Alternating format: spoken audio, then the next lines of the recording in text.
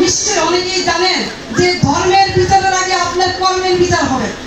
আপনি যদি শেষ বিচারের কথা বলেন তাহলে শেষ বিচার কিন্তু আপনার ধর্মের আগে। ধর্ম তো আল্লাহ যদি তৈরি না করতো তাহলে হিন্দুর ঘরে আপনি হিন্দু হয়েছেন, আমি মুসলমানের ঘরে মুসলমান হয়েছি। এটা তো আমার অপরাধ হতে পারে না, আপনার অপরাধ হতে পারে না। যে সৃষ্টিকর্তা তৈরি করেছে উনিই বুঝুক যে কেন আপনি খ্রিস্টান হলেন, কেন আপনি মুসলিম হলেন, কেন আপনি হিন্দু বৌদ্ধ খ্রিস্টান হলেন, এটা উনিই বুঝুক। কিন্তু তার আগে যে জিনিসটা হবে সেটা হলো আপনার কর্মের বিচার। আপনি সৎ কর্ম করলেন কিনা, আপনি সত্য কথা বললেন কিনা, আপনি মানুষের ক্ষতি করলেন কিনা, ভাই ভাইয়ের সাথে মারামারি করছেন, জায়গা জমি নিয়ে বোনকে ঠকাচ্ছেন, বিভিন্ন ভাবে মানুষকে ঠকাচ্ছেন, বন্ধুকে ঠকাচ্ছেন, টাকার প্রতি আসক্তি হয়ে ঈশ্বরকে ভুলে গিয়েছেন। ঈশ্বর কি চাচ্ছে? আমরা মনে করি যে সেটা, আমি ব্যক্তিগতভাবে মনে করি যে আমাদের সেই জায়গায় ফেরত আসা উচিত।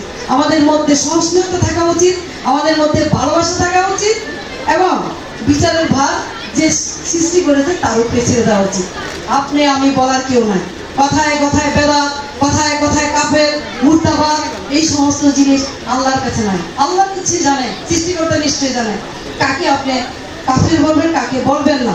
সুতরাং এই যে যুগে যুগে আপনি মনে করেন সাধু সন্ন্যাসীরা এসেছেন, আমাদের দেশে অলি গাউস কুতুবরা এসেছেন, তারা আল্লাহর ধারা নির্দেশিত হয়ে এক একটা জায়গায় স্থানে গিয়েছেন।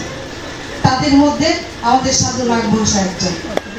প্রত্যেক ধর্মের জন্য সৃষ্টিকর্তা পথ প্রদর্শক পাঠিয়েছেন, প্রতিটা ধর্মের জন্য, এবং তারা এসেছেন সৃষ্টিকর্তার নির্দেশে। আপনি আমি চাইলেও মহামানব হতে পারবো না, আপনি আমি চাইলেও সাধু নাগ মহাশয় হতে পারবো না, আপনি আমি চাইলেও আমরা অলি আল্লাহ হতে পারবো না।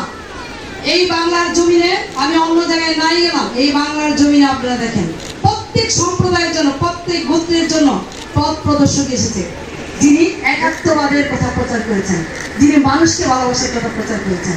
সুতরাং তাদের প্রতি যদি আমরা অনুসরণ করি, অনুকরণ করি, আমাদের জীবন কিন্তু অনেকটা সুস্থতা গড়ে যায়। আমরা এখন অস্থির প্রকৃতি হয়ে গেছি।